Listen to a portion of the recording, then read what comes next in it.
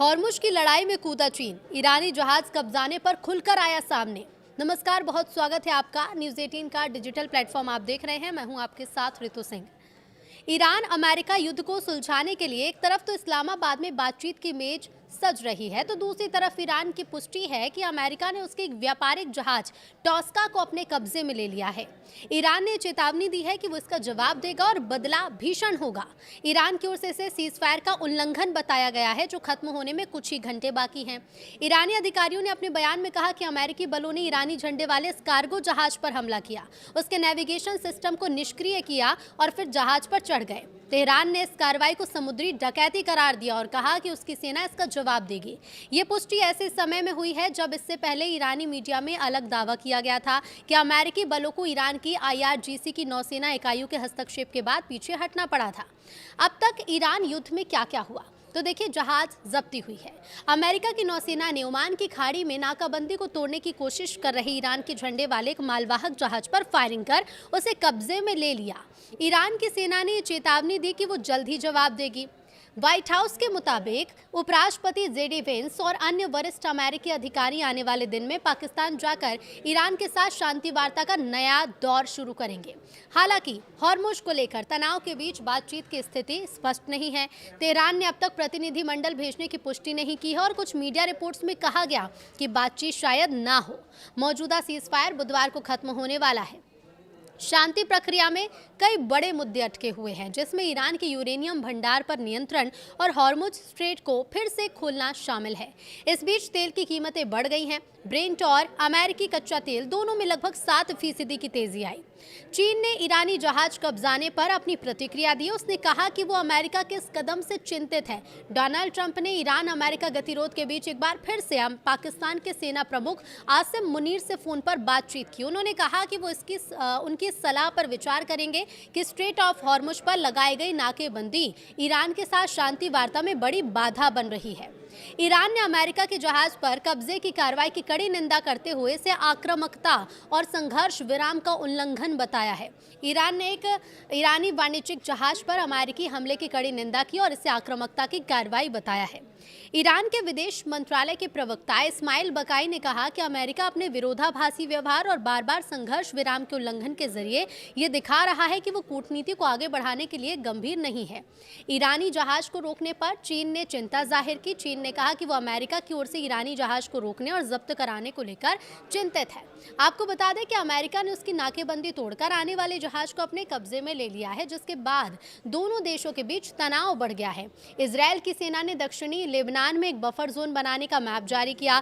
इस नक्शे में लेबनानी इलाके के अंदर कई किलोमीटर तक फैला एक बड़ा इलाका दिखाया गया, जो लेबनान के भूमध्य सागरीय पानी से लेकर सीरियाई बॉर्डर के पास माउंट हरमोन इलाके तक एक लंबी पट्टी की तरह फैला हुआ है। पीले रंग से दिखाए गए इस बफर जोन को लेकर इजरायल का दावा है कि वो यहां से अपने सैनिकों को वापस नहीं बुलाएगा।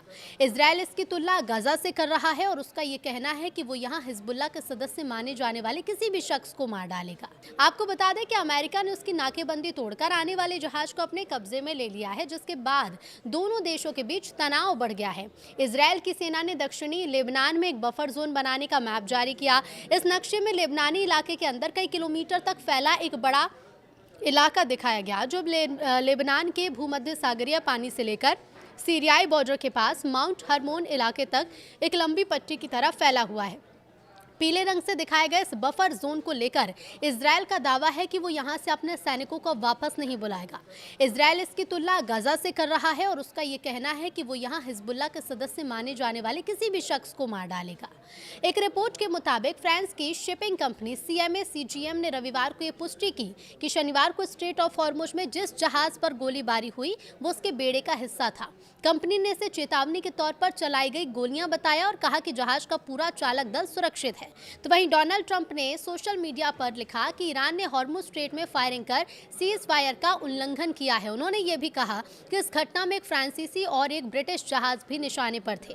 इधर रूस में ईरान के राजदूत काजेम जलाली की ओर से उन रिपोर्ट्स को खारिज कर दिया गया है जिसमें कहा गया था कि रूस ने ईरान को खुफिया जानकारी दी। उन्होंने साफ तौर पर कहा कि ऐसी खबरें सही नहीं हैं, इनमें कोई सच्चाई नहीं है।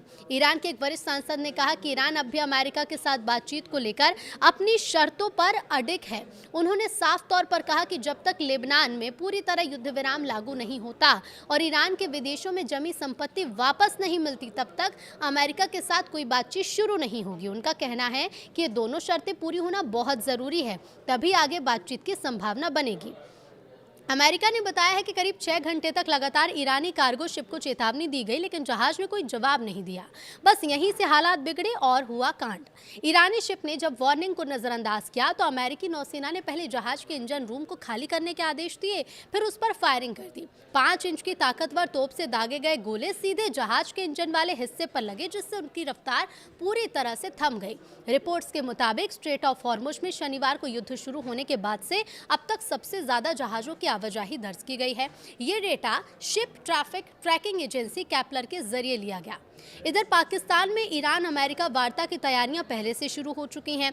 इस्लामाबाद के रेड जोन और कई इलाकों में कड़ा सुरक्षा घेरा है और सड़कों को बंद कर दिया गया है। पिछले 24 घंटे में अमेरिका के कई C-17 ग्लोबमास्टर विमान इस्लामाबाद पहुंचे हैं और भी आने की संभावना है। ये टीमें सुरक्षा और अग्रिम तैयारी के लिए आई हैं, जिनके साथ बख्तरबंद वाहन भी लाए गए हैं। हालांकि ईरान का रुख अभी साफ नहीं है। इधर पाकिस्तान ने कूटनीतिक स्तर पर काफी कोशिशें की और उसके रक्षा प्रमुख हाल ही में तेहरान में 3 दिन तक मौजूद रहे।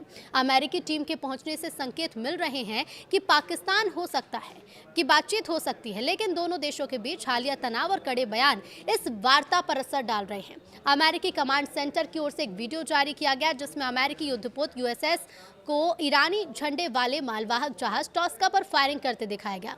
साथ ही यह भी बताया गया कि यह जहाज अमेरिकी नाकाबंदी तोड़ने की कोशिश कर रहा था, तभी उस पर कार्रवाई हुई। हमले ने एक बार फिर से दोनों देशों के बीच तनाव को बढ़ा दिया है।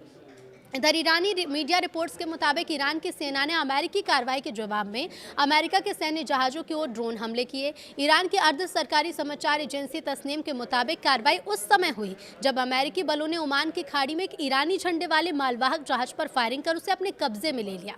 हालांकि इन ड्रोन हमलों के पैमाने या किसी नुकसान की आधिकारिक पुष्टि नहीं हुई है। ये घटना इन दोनों देशों के बीच बढ़ते तनाव को और बढ़ाने वाली मानी जा रही है, खास तौर पर ऐसे समय में जब पहले से संघर्ष और सीजफायर को लेकर स्थिति नाजुक है।